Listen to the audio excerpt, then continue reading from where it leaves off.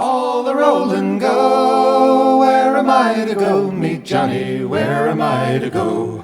For I'm a young and a sailor lad, and where am I to go?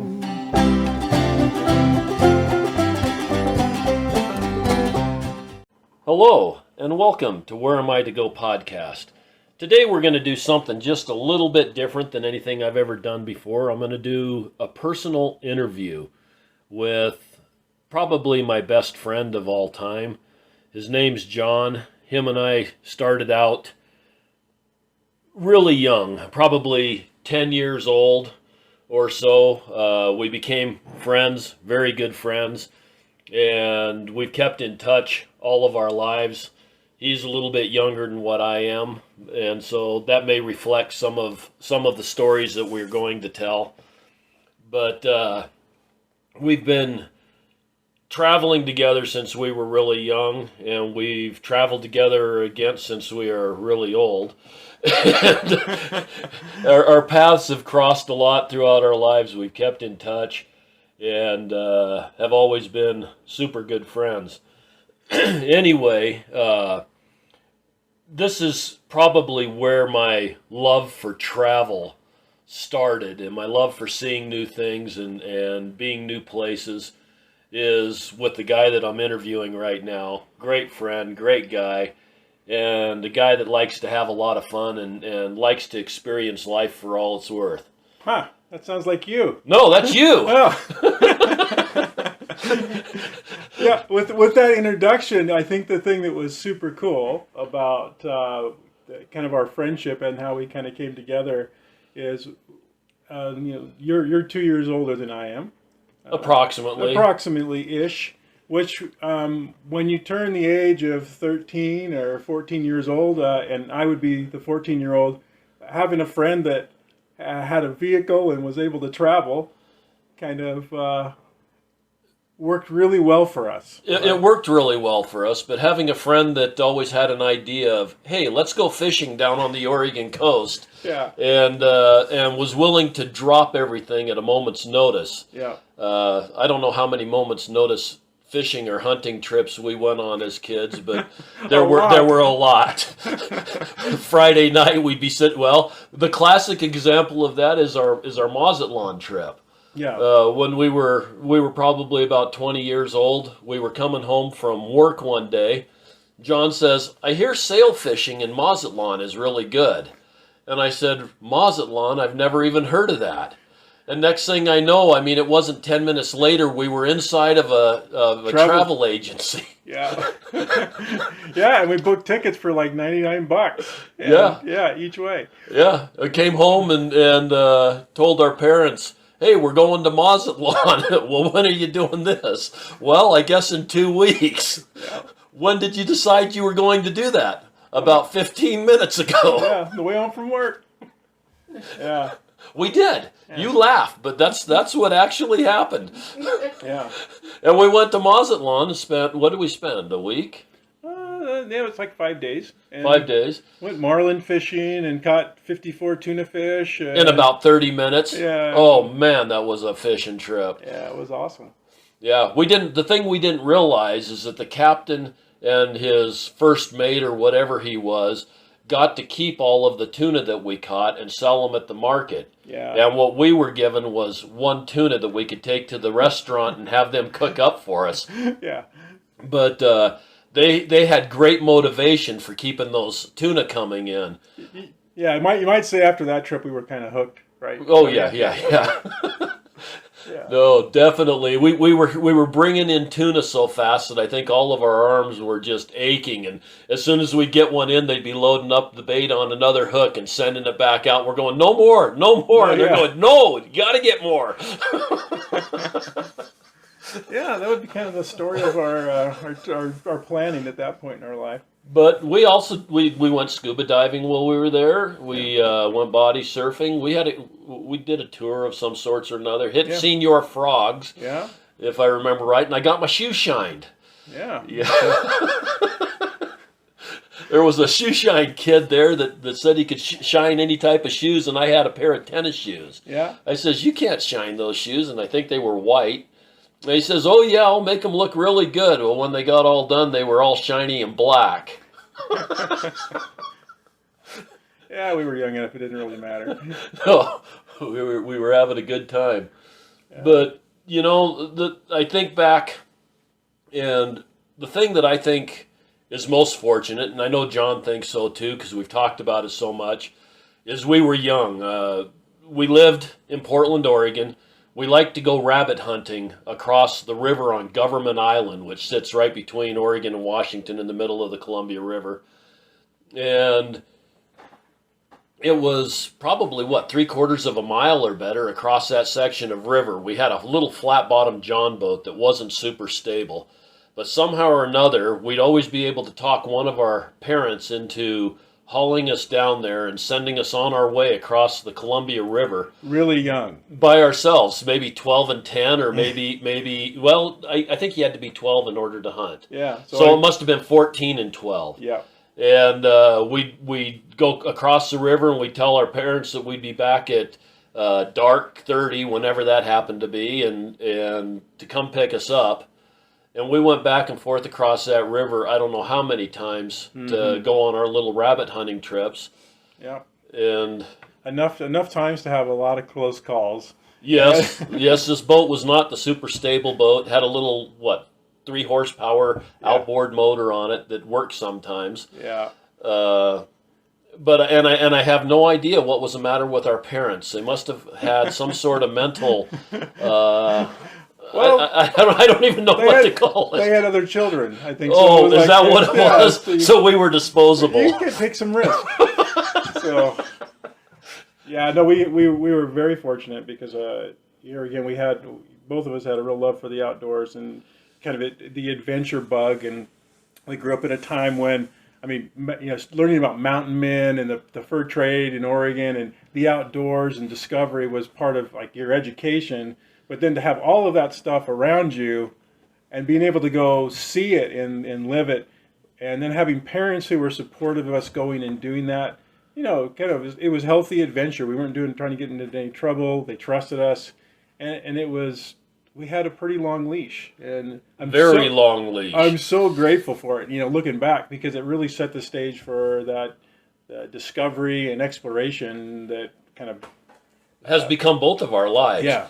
In different ways, and very much so. That's kind of what we're going to cover some of today. But I got my driver's license. Our first big trip, I got my driver's license on the 15th of March, and I think that spring break was like the 20th of March, and we loaded up in a little Volkswagen that.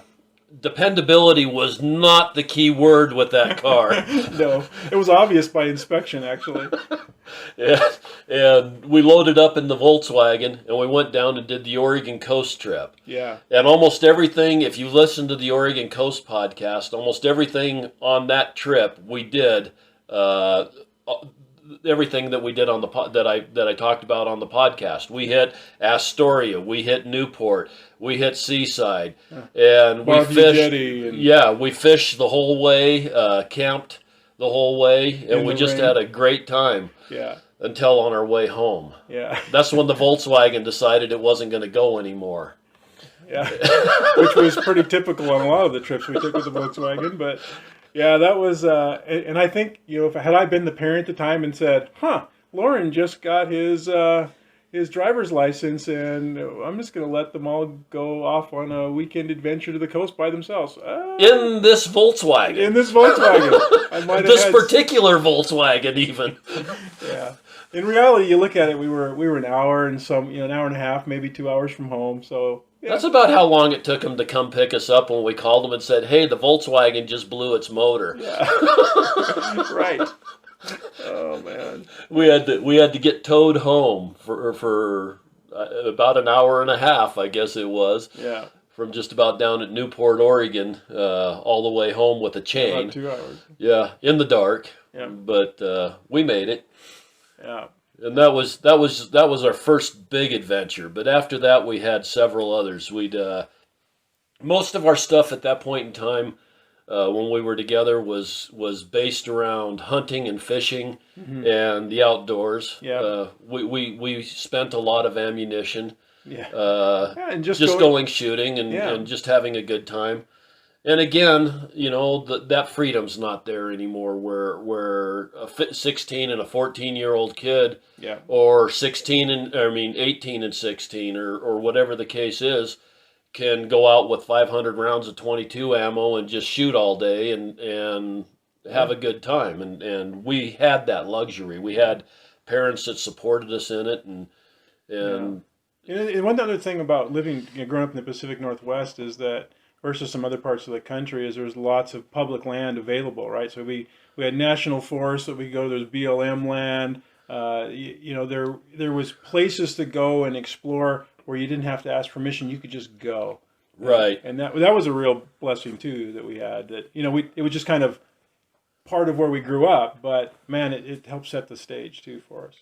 But the other thing too is I don't think either one of us were big city No. minded people. No, not really. We partook in different activities in the city. I mean, Saturday's market was always a kick in the Yeah. pants, and we did other things that were city oriented. But Yeah. for the most part, the hunting and fishing was the excuse Yeah. to get out and not have to be around a ton of people. Yeah.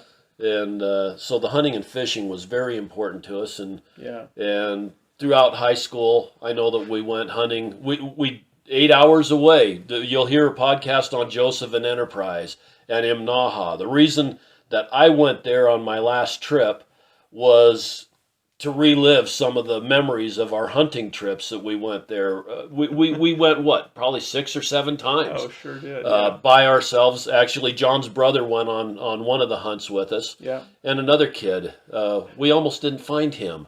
He kind of got lost on. Actually, we had 2 kids that went with us at different times. One of them we were really happy to get back home. The other one was all right, but we didn't see him for about 10 hours one day.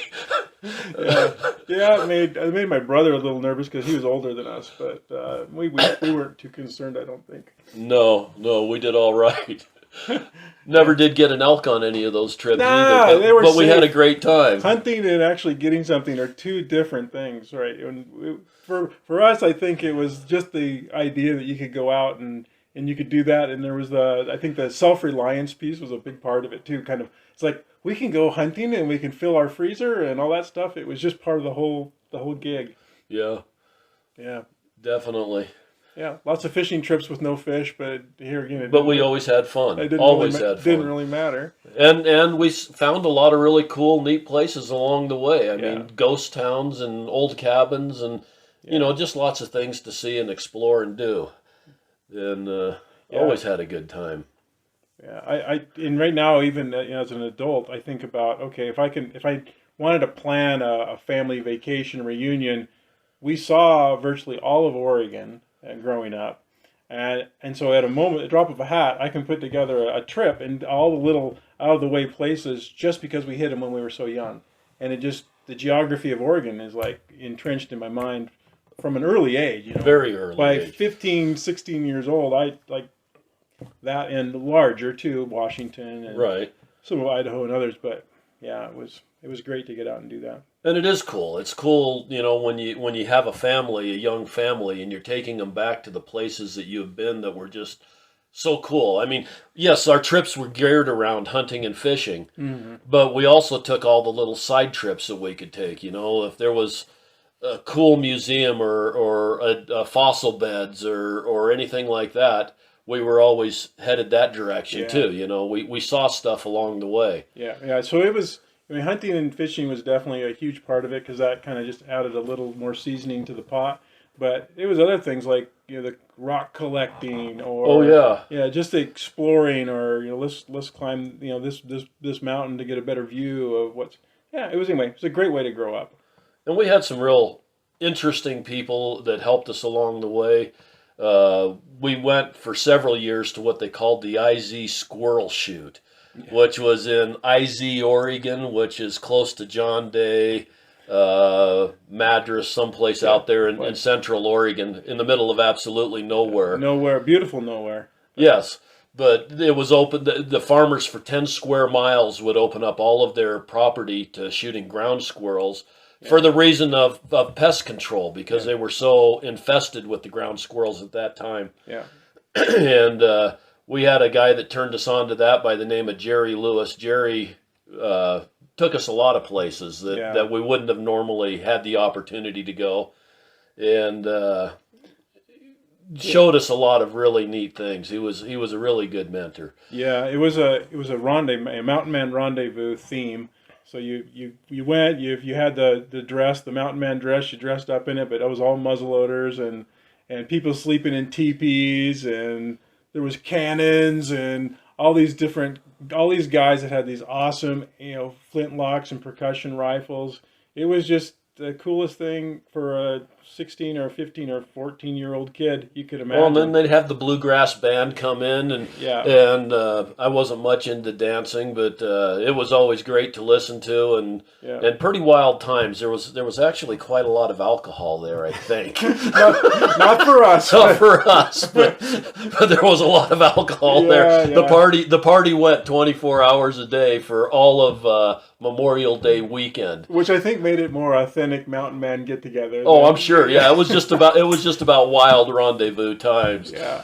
But in fact, the squirrel shoot made me flunk ceramics class in high school. I can honestly say I flunked high school ceramics. Probably class. The only one. The only class I flunked, actually. No, I meant the only person in the class. Oh, the only person. Well, of course, the only person in the class. But there was a new school requirement that if you didn't get your final exam done, then you wouldn't pass the class. Well, I had my choice of either going to the squirrel shoot or finishing up my exam piece, and the exam piece went on the shelf, and so I ended up failing ceramics. Mm-hmm. not super scholarly anyway. You survived. Yeah. So. And then I guess as time went on, we ended up with our big trip that we took on over to Wyoming. Mm-hmm. And this one kind of set the roadmap for my life somehow or another. I'm not really sure how that exactly worked, but we left Portland, Oregon with another friend named Greg. Yep. And the three of us, we had managed to pick up out-of-state antelope licenses for just outside of Rawlins, Wyoming. Excuse me.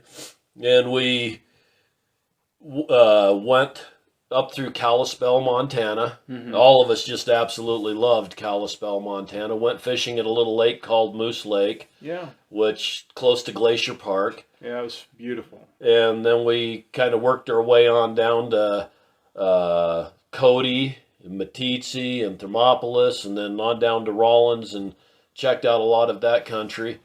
And somehow or another, I've ended up living just about every place that we ever went on that trip.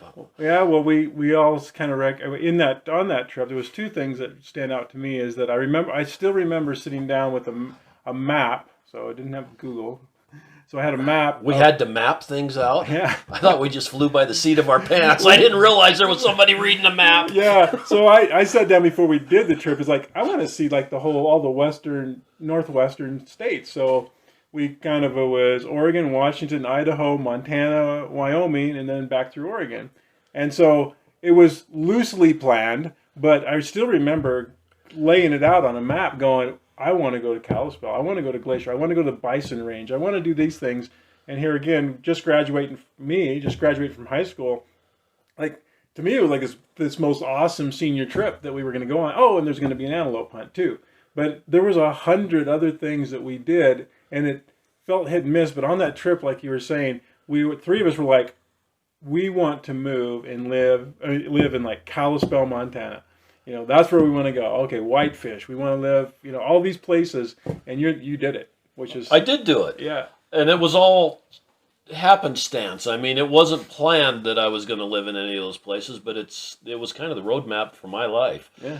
And I mean, even Grable and Basin, where I'm at now, was not far from any of the places that we were at. But yeah, I've lived just about every single one of the places that we have been, or close to every single one of those places.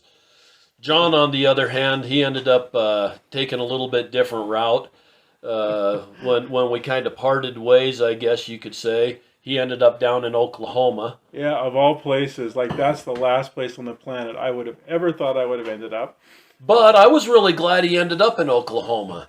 We'll maybe talk about that here in just a little bit, but Yeah. he ended up going to school, graduating, and ended up with a large corporation and ended up in Houston, Texas. Yeah, that's wow. That's covering a lot of space. Probably, yeah. We don't want to relive, but no, it was. But like you kind of picked up roots and you moved to Kalispell, right? No, I moved to Saratoga, Wyoming. Saratoga, Wyoming. Encampment, Wyoming, which, again, I was working for an outfitter there. And you and Greg came on out a time or two, and we did some hunting there and checked out some neat rock formations and looked for Wyoming jade and some of that kind of stuff all through that country. But that was like just picking up roots and moving. And so I did something similar, not quite as dramatic as what you did. I picked up roots from Portland, Oregon, surrounded by all of this, mountains and coast and everything. And I moved to Oklahoma.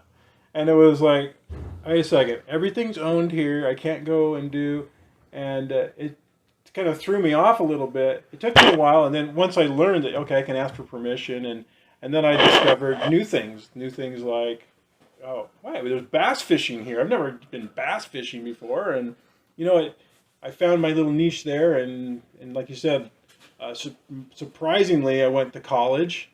Never thought I would do that, and like you said, the rest was history. Did something along the sciences, which I was always interested in. Just didn't know that you could make money in a science career. So I became a geologist. It's like, I could actually make a living doing this. And I think the real reason why I ended up going to Oklahoma is because I met Marie. So. Oh yeah, that's where you met your wife. So if I got nothing else out of that whole experience, I met my wife. So it was awesome. Well, anyway. Lots of great things there. Yeah, and there really was. I ended up having to go down and meet John a few different times in Oklahoma, and the bass fishing was a lot of fun. He was working as a roustabout pumper, and I went down and helped him do some pipelines and some different things. Yeah. He didn't get much work out of me because I discovered the dung beetle. And that's the most fascinating animal in the whole world. If anybody, get on YouTube and watch a dung beetle. Those things, they get one in front and one in back, and they roll this little pile of poop all over the place, up over rocks, up over ledges, and you can just sit there and watch these things move this ball of poop all over the place. You're too easily amused, my friend. Oh my God. Man. No, they were amazing. And then fireflies. I'd never seen fireflies before. Yeah, I hadn't either until I moved there. But one of the most amazing things was John had some friends that lived down in southern Oklahoma in a little town called Davis, and we got down there. We were helping them hay because both of our works were a little bit slow, and we were looking for something extra. And I think they were giving us 10 cents a bale for all four of us to pick up the bales, but it was enough to finance the next adventure. But while we were there, these guys said, "Hey, you ever been noodling?" And we're going, noodling? What in the world is that? And they introduced us to some kid named Bubba. And boy, Huey. I'm glad that we met Bubba. Bubba and Huey. Bubba and Huey. Bubba and Huey worked at the Rock Crusher. Yeah. And they both had all their fingers still. They still had their fingers. Now, let's talk a little bit about noodling. Yeah. Noodling is where catfish, they dig holes back into the banks of the river. And they smooth these, the male, I guess, protects the eggs. Right. And so the male sits there and works this hole and keeps it all smooth and nice and that kind of stuff. Now, Bubba was young. Bubba was probably 14 at the time. Yeah. But Bubba could tell you by running his hand around the inside of this hole, whether it was a catfish, a snapping turtle, beaver, or whatever, which was pretty remarkable because there was a lot of people down there that really did not have fingers because they tried to noodle a beaver instead of a snapping turtle. Yeah, and so we got the privilege of going with Bubba, and what you do is you come down this bank of the river and you just feel all along the bank with your feet, your hands, whatever. Muddy river. Super muddy river with copperheads swimming around in it. And you're looking for these holes along the bank. And as soon as you find one, you go, "Bubba, there's a hole over here." Bubba would come over and say, "Oh, stay away from that one. That's got a beaver in it." there were a couple guys noodling up above us. Yeah. And as they were coming down, we'd watch them, and they didn't know the difference between the holes, and all of a sudden, it's a beaver! It's a beaver! Get that out of the water! But we ended up catching a great big catfish that way. Yeah, that was really a cool experience because that fish. So we found this hole, and it was way underneath the bank. So you had to. We felt that there was a fish in there. And so we had us all hanging on the bank with our feet pushed up in this hole, and this catfish was like trying to get out. And I still remember the bank kind of like vibrating on from this fish like pushing against you. It was like really spooky. And then Bubba had to not dive, but he went underneath the water, went into between our feet, and then stuck his hand up in there and grabbed this catfish. And the catfish has like a 40 grit sandpaper jawline, right? So when they bite down on you, first of all, there's a lot of power on that, but then it just shreds your skin. And I remember him coming out with this giant catfish. It was like a 35-pound. It was huge. It was like a 35-pound flathead catfish. It was, I had never seen anything like it before. And it was just like, woohoo! Well, then he threw it up on the bank. Yeah. And, of course, John jumped on top of it so it wouldn't swim back or get back into the water. John jumped on top of it, and I can remember hearing that tail slapping him in the back. And when we finally got the catfish all subdued, John's back looked like he'd just been through a thrasher. He had welts that were sticking up 1.5 inches high, all bloody red. A big catfish. And the other two, I remember the other guys we had passed them on the river, and they were super ticked that we had got in front of them and caught that big fish. But yeah, they'd caught plenty of beaver and snapping turtle on the way down because they didn't have Bubba. Yeah, they probably didn't have the fingers for it. Yeah. Oh, they did have fingers for it now that I think about it. Anyway, we won't go there. It was pretty wild. It's one of those things I would really like to repeat again just because it was so exhilarating. Yeah, it was a lot of fun. And fun, but there were a lot of other things we did in Oklahoma. I mean, we went to the Arbuckle Mountains and cruised around there for a while. And if you guys have never been to the Arbuckle Mountains, it's a sight to behold. Yeah, 200 million years ago. I was told by John when we first went down there, whatever you do not insult these guys as mountains. They're not to be insulted.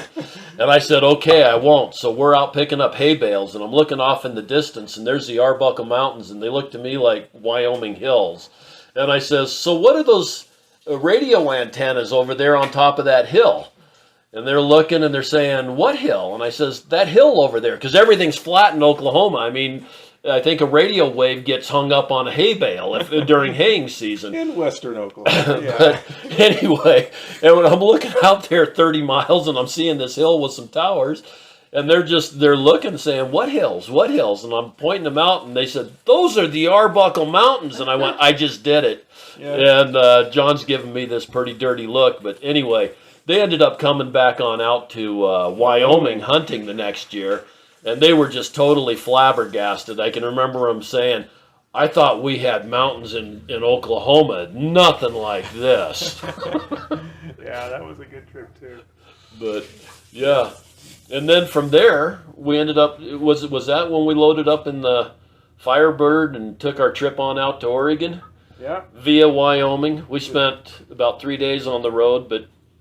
Like the average speed was 100 and... Well, it was like 80 miles an hour, including stop and gas. When the speed limit was 55, I have no idea how we managed that one, but that was a fast trip. That was a really fast trip. Yes. Yeah. And didn't even get a ticket. That's the part that's the most amazing. I kept telling John, it's your turn to drive. Nope, you're doing fine. Yeah, no way I was doing that. Yeah, lots of times looking at the speedometer over 100. Lots of time. And yeah, but the Firebird was a cruiser. It did well. Yeah, it did well. It did well. So, anyway, and kind of from there, I guess you got married and ended up. You were still in school for a couple more years, and I ended up getting married, and I was still in Wyoming. and we didn't really do a whole lot of traveling together, and we kind of went different ways. I did a lot of going back up to Kalispell. That's where my wife was from. It was the Kalispell area, Martin City to be specific. Probably nobody's ever heard of it, but in that area. And so our vacations involved going up to Montana, taking different routes all the time, seeing different things. Yeah. Going out to Oregon to visit family again was kind of a yearly thing. And on top of that, we always tried to do other things that were fun and entertaining in different directions. Yeah.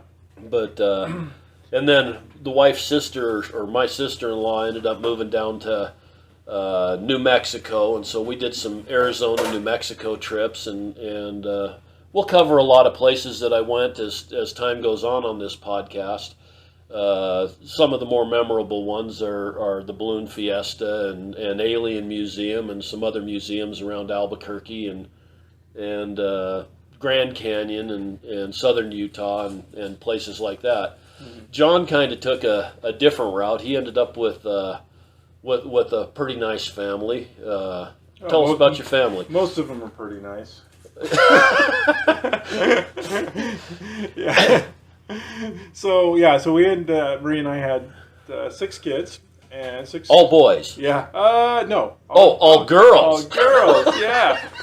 So and then. For an outdoorsman, all girls. I think he kept trying for that boy, hoping that he'd have one. But I can tell you, his girls definitely have the adventure spirit. Yeah, they were awesome sports, and so was my wife. So Marie everybody was all ready, wanting to go do things, and they had very different personalities and interests, but open to doing things in the outdoors. And one thing that when I'd say not parted ways. That sounds like we didn't maintain our friendship. No. But we just went different paths in life. And because of families and because of family obligations with extended families. I mean, you were visiting your mom at different times. Yeah. We tried to meet up one time in Portland when we were both back there, but if I remember right, that didn't work out so well. Yeah. Before the age of cell phones, I was there early and you were there late, and then the next spot I was there late and you were there early, and we just never were able to make connections. But I think one thing that differed from like growing up, where we had that freedom and we could be very spontaneous, you were able to maintain a lot of that spontaneity. Where going in kind of the corporate world that I was living in, you start with 2 weeks of vacation, and I had 3 kids at the time, and then you get 3 weeks of vacation in 5 years. So my vacations were very planned, right? They were, let's plan out every day, every hour, really, about the trips, which was very different than how we had grown up. I still did probably more planning on those trips than you did when we were younger, but the spontaneity kind of had to go away because of other demands. That, in part, forced me to think about prioritizing what I wanted to do, Right. There was things I could do after work and after school that were in Oklahoma. Oklahoma actually turned out to be a great place to live. When we moved down to Texas and then in Louisiana, we spent a lot more time doing things very close to our home circle, but all outdoor activities, whether it was, we had a little tiny boat I paid $125 for. We'd go out in the marsh and you'd see nutria, and you would see all different kinds of bird species and alligators. It just changed it. So there was some spontaneity, but not as much in the early years that had small kids. But saw a lot of the southern U.S. that I'd never imagined that I would spend any time in, and just a never-ending outdoor experience there. It was all different than when we grew up. Right. It was really cool. And I've pretty much stayed in the western United States. Yeah. I've covered a lot of other areas as time's gone on, but you weren't only in the United States because of your job. You ended up over in Turkestan and so I traveled centrally. Yeah, so my job took me a lot of places, not where we live. We did move out of the U.S. for 8 years. We lived in Canada. But, I traveled to Central Asia a lot, Western Europe, and Africa, West Africa. Very interesting. But those were mostly just you on those trips. Unfortunately, there was just me, because a lot of those places I went to were not they could not accommodate tourists. Let's put it that way at the time that I went, and I would have loved to have my family members go, because it was just such an eye-opener. Everything, even when I went to those places, most time it was just business trips, but every chance I got, you make friends with the locals and you get invited out to go different places. I would take advantage of that because it was just such an eye-opening experience. Learning new things every day became a part of my life. In fact, I really looked at two things when I look at where I ended up in the career I took. I mean, I was an explorationist for a living. I hunted for a living, hunted for oil and gas. Right. And every day was an adventure, seeing new information from all over the world, maybe being the first person to ever see it. And, putting together the stories, working with a group of other people. But it was, I got paid to do kind of what I did as a kid. Hunting and fishing and adventure. Well, that's what I did for my whole career. But just for a different product. A different product, yeah. So right. It was a natural fit for me. I would have never guessed I would have ended up there. But it turned out to be great for me, great for my family. And it kept that adventure alive because I lived it every day. And even today now, it's like when I think about going and do something, I want to go someplace where very few people get to, right? That's the key. Yeah. That's why this is called Where Am I to Go? We are looking for those places in particular as we go on our travels. Yeah. And as I've gotten older, it's afforded me a little bit more ability to travel. I mean, it's one of those things as the kids kind of are able to take care of themselves and you're not having to drag along the whole tribe, which the kids were always fun. I mean, giving them new experiences was always so much fun. Mm-hmm. Taking them to places and seeing the excitement in their eyes when they see, a shipwreck or an old ghost town, and everybody's imagining what happened in that ghost town, or old Aztec ruins, or a lot of that type of stuff. I know that you guys did that type of stuff too, because we compare notes. Yeah. And it's one of those things. I was always envious of all the trips that John took, because he'd take lots of pictures and then post them, and I'd be going, dang, it looks like he's having a blast. I wish I was having that much fun. And then I'd have to think, I probably am, but I don't know if you ever looked at pictures. I probably didn't take enough pictures. Ever looked at pictures? You didn't take many pictures. So, yeah. But then probably 7 years ago, we decided we were going to meet up at the Balloon Fiesta in Albuquerque. Yeah. And we got back together and spent about a week traveling New Mexico, Mesa Verde.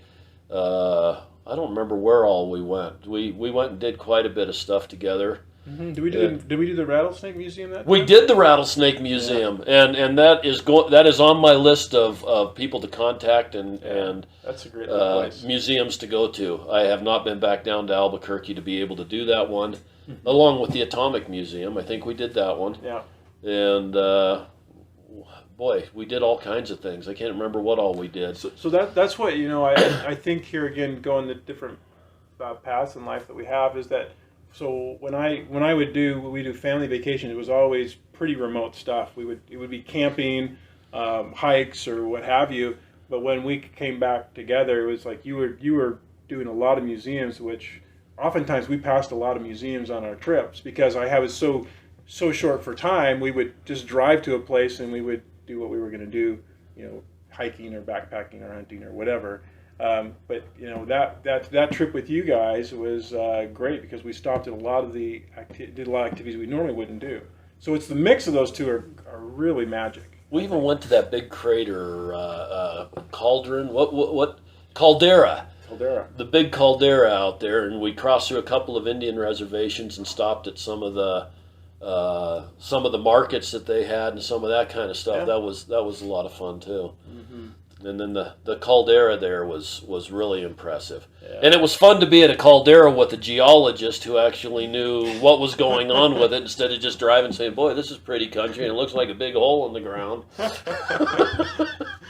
You can get tired traveling with a geologist if you're not into that. Oh, does Marie know that feeling? No, she is very very patient, willing to listen. Well, that's good. But yeah, we and then again we parted ways. We went to Moab together. Yeah. And did some Arches stuff and some of that, and had a pretty good time. Yeah. And then have we done any other trips together recently? We did a parallel trip, but neither one of us were there at the same time. We just got back from our Oregon coast trip, and I was talking to John, and I said, yeah, did you get the picture that I sent you from Joseph? And he says, well, I've got that same picture. When were you there? Yeah, when were you there? And it was about 2 weeks earlier than what he was. Yeah. But they came up the Oregon coast and some of that, and basically we followed each other's. Did you guys go to Craters of the Moon? Oh, we drove through Craters of the Moon. Yeah, so did we, and on into Idaho and then on out. So we took a trip together. We've been reminiscing about it. He just showed up here at my place, and that's why we're doing the podcast here. Yeah. But he was just fortunate enough to be able to take a little bit of time.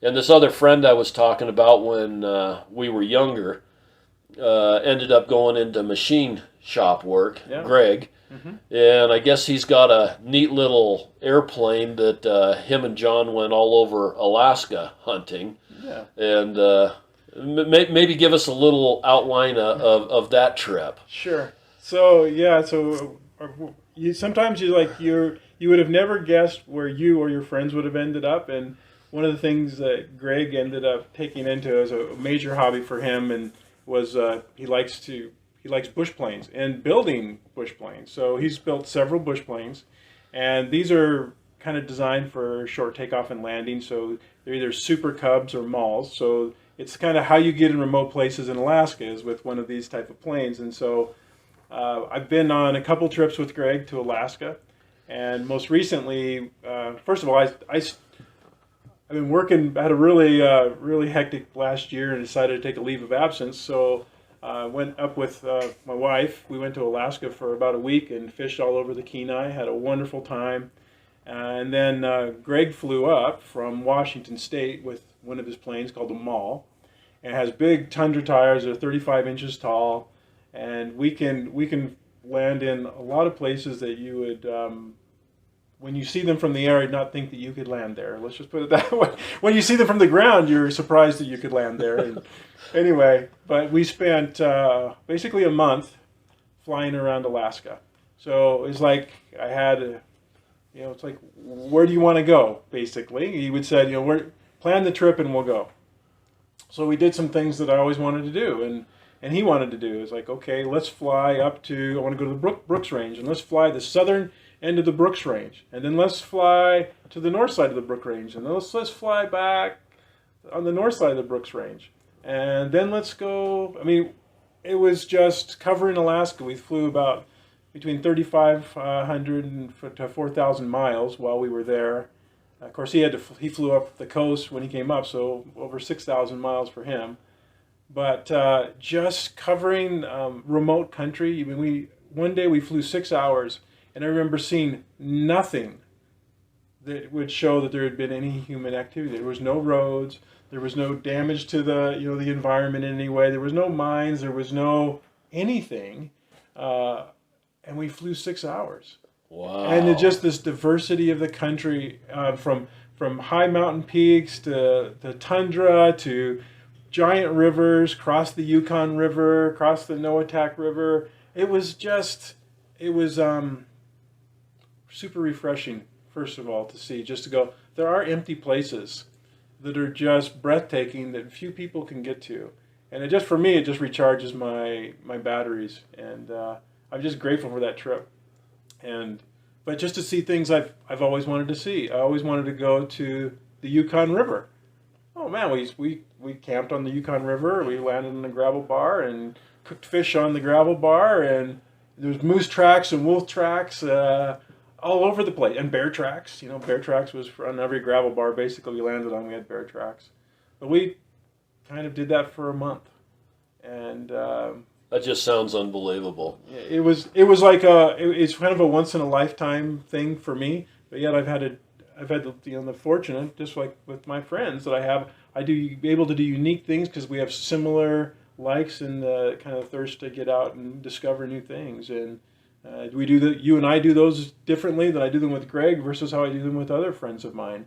But that one was just a really outstanding one, just to see the wildlife up close and where there is no one. It's one thing I've learned over the years, and I really learned this when I went to Alberta, because we lived in Alberta for 8 years, is that people think about, oh, we're going to go vacation and we're going to go to this park and this park and this park. And the parks are fantastic, especially the ones in the U.S. and in Canada. They're just world class. But just outside the park, in the government land, like what I'll call government land, in the Canada they call it Crown land. In the U.S. it's BLM or it's Forest Service or whatever. But oftentimes those places are just as impressive and exciting and unique history, except they're harder for people to find because the parks always stand out. So there's a lot less people. So you can go to these places and there's no one there. Exactly. Yeah. Exactly. Yeah.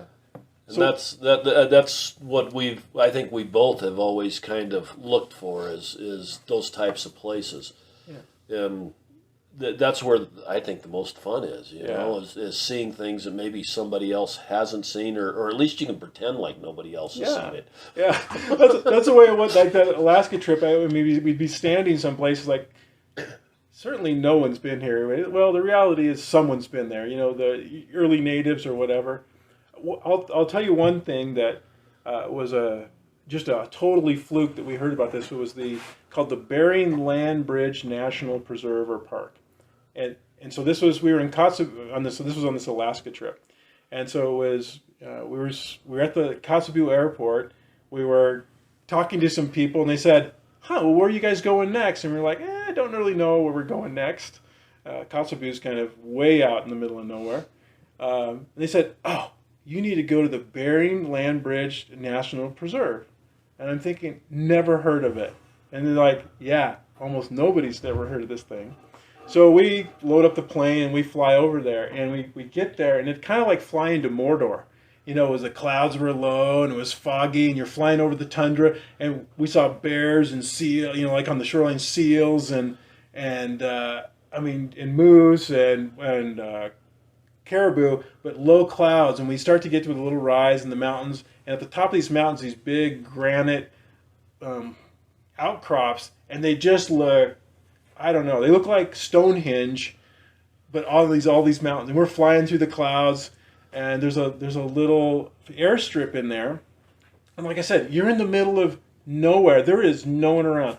So we fly over the airstrip. No one's there. No planes on the airstrip. So we land, and it's a rough, middle of nowhere airstrip, and there's a hot springs there, and it's this Forest Service hot springs cabin, and it's more like a bunkhouse, 2 bunkhouses together, common cooking area in the middle, and then they have a hot springs house where they pump the hot water into 170 degrees, mix it with some cold water, and it's like this big sauna bathhouse, and we have it to ourselves for 3 days. There's no one there. There is no one there, and you just sit outside and go, how can this be? We can be in this magical place, and there is no one here. No one. Wow. Yeah, it was like you would sit out there and it'd almost make your skin crawl thinking, how can I be here in this amazing, unique landscape and no one's here?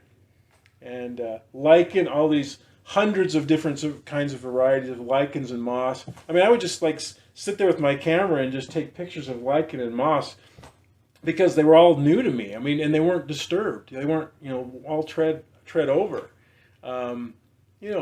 Bear sign everywhere, big grizzlies, and there are berries everywhere. But here again, that's someplace that, first of all, very hard to get to. There's no question about it. But there was no one there. We saw muskox on that part of the trip too.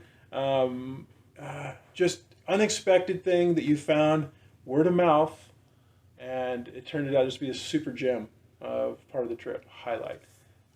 Anyway, it was fun. But there was a lot of those on that kind of trip.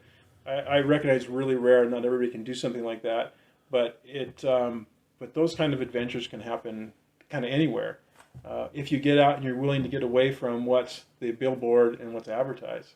Not that those aren't great places, but Have you ever noticed in your travels that things just happen, and all of a sudden you're someplace that you never ever expected you were going to be, and all of a sudden you're just there going, what the heck happened? You know, one of my examples, one of my many examples, is I was driving across the Bonneville Salt Flats, going to I think we were going to Nevada, and we were driving outside of Salt Lake, and we stopped at the rest area there, and I said to my wife, I says, I want to go on over to see where the Blue Flame ran.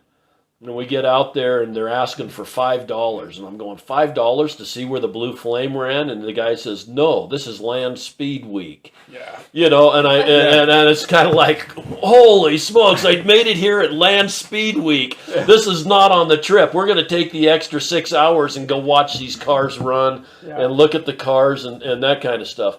But we just had, on our last trip, we had several of those unexpected things happen. We were driving through Hood River, and we ended up at a museum. We just saw a little sign that said Aeronautic and or Airplane and Auto Museum, and we said, we got a little bit of time, let's pull in there. Yeah. And I mean, these things, the museum was just unbelievable. It's definitely moved into my top 10 list. Yeah. I wasn't able to get a podcast there. But if you're ever in Hood River and you pass up the WAAAM Auto and Air Museum, you have just missed a phenomenal place. Yeah.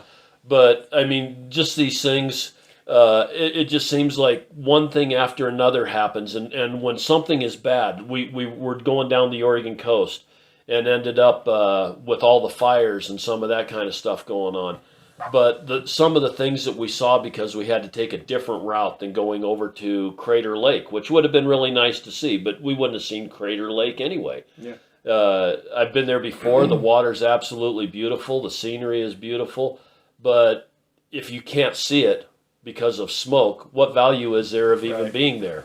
Yeah. And yet, some of the other things that we saw because of the other route that we had to take, just happenstance. I mean, my brother was living in Salem, and the fire was right there, and it was 4 o'clock in the afternoon, and it was pitch black with an eerie red glow above. You know, I mean, because of the fires. And it was, Linda said it was really scary. To me, it was just highly intriguing. I mean, it was just one of those fascinating. How can it be so dark at 4 o'clock in the afternoon and that eerie red glow above the smoke cloud?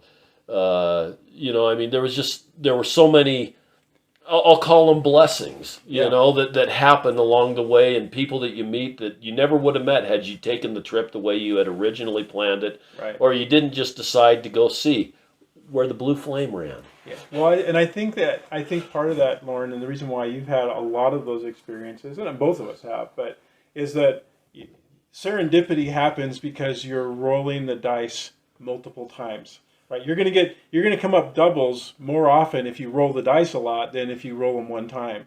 And so it doesn't matter if, like, we live in, Spring, Texas, most recently, and a weekend drive, if you can sit there and do nothing next to this giant city that's Houston, or you can get out and do just a little small drive, an hour any different direction, and you're going to find all this stuff you had no idea was there. Little tiny opries, or there's actually there's some Forest Service land you can get out and you can hike on and not see anybody next to a city of 6 or 7 million people. But you have to roll the dice and be willing to try it. And when you do that, you see things just like you just described. I didn't plan this. But wow, I had no idea this was right here almost in my backyard. And I think the other part of it too is so many people plan a trip. We're going to go to Disneyland. Yeah. Point A to point B. We've got an Airbnb sitting someplace in Nevada, halfway between here and Disneyland, and we're going to stay there. We've got 10 hours on the road, and we don't have time to do anything other than get gas because we're going to Disneyland, and that's where we're going to go have fun. Yeah. And the trip back has to be the same way, instead of allowing themselves the extra day to play, I mean, because you have no idea what you're going to see. You're driving along and all of a sudden there's a sign that says petrified forest. I want to see the petrified forest. Yeah. But if you're on that schedule that I have to check into this motel tonight, you're not going to see it. You're going to say, well, I guess we'll have to hit that next time that we're never going to go to Disneyland again. And I think so many people put themselves on that type of a schedule, and they don't allow the flexibility. Yeah. And that flexibility is to me what makes the trip worthwhile. Yeah, no, it's a great advice. It's great advice, and I having lived in the world where I had 2 weeks of vacation per year, it's really hard to schedule. I mean, I've been what you just described. I've done so many times where it's every minute's planned out, just because I have so little time. But in hindsight, and I know that from a family standpoint, having some of that more relaxing adventure part in those trips, that would have been a wise thing to do. It was hard to do because you're giving up very precious days. You're only going to get 10 per year. Whew, it's really hard to have just a roll the dice day.